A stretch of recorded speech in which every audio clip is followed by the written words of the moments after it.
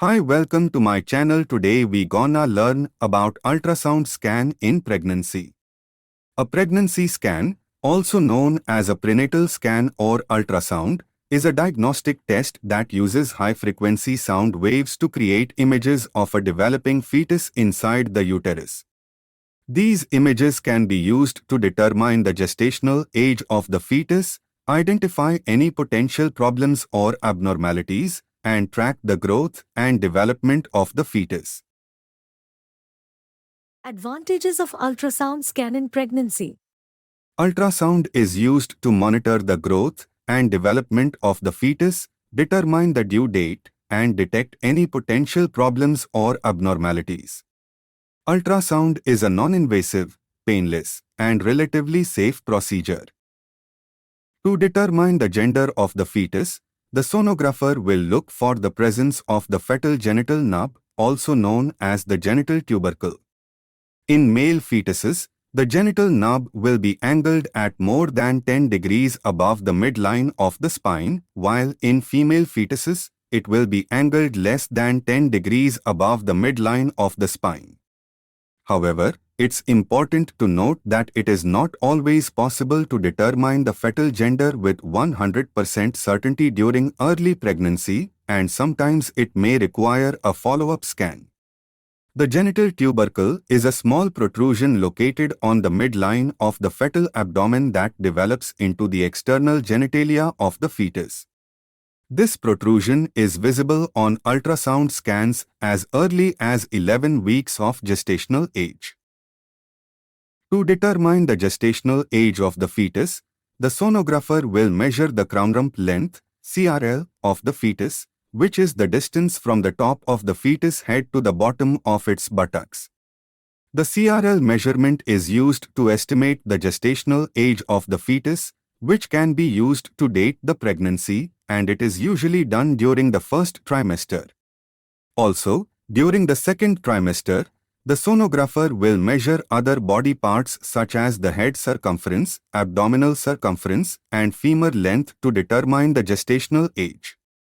It's important to note that ultrasound scan is not always accurate in determining the gestational age of the fetus, especially in cases of multiple pregnancies, and it may be affected by many factors such as the position of the fetus, the amount of amniotic fluid, and the mother's weight.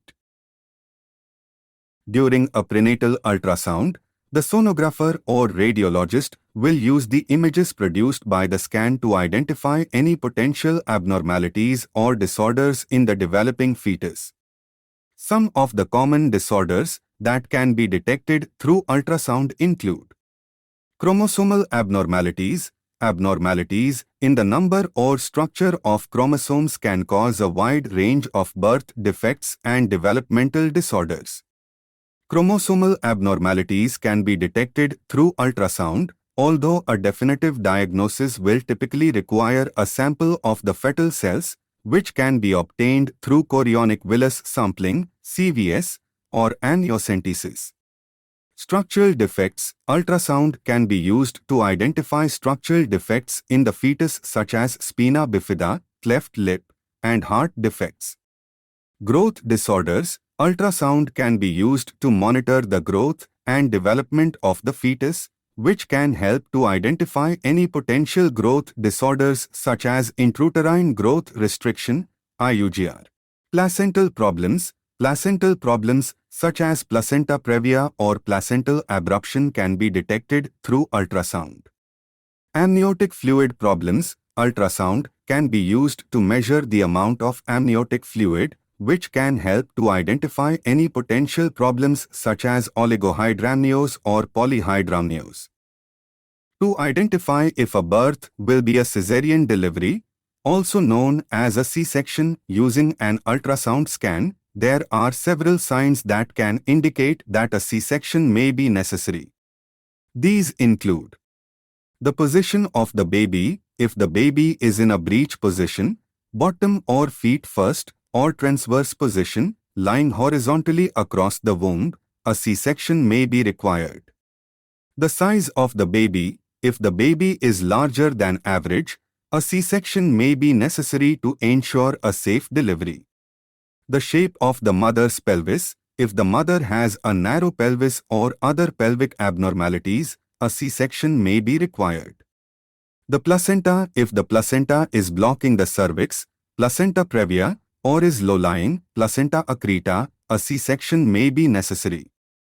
Keep in mind that these are just some of the signs that can indicate the need for a C-section, and a definitive diagnosis can only be made by a qualified healthcare professional.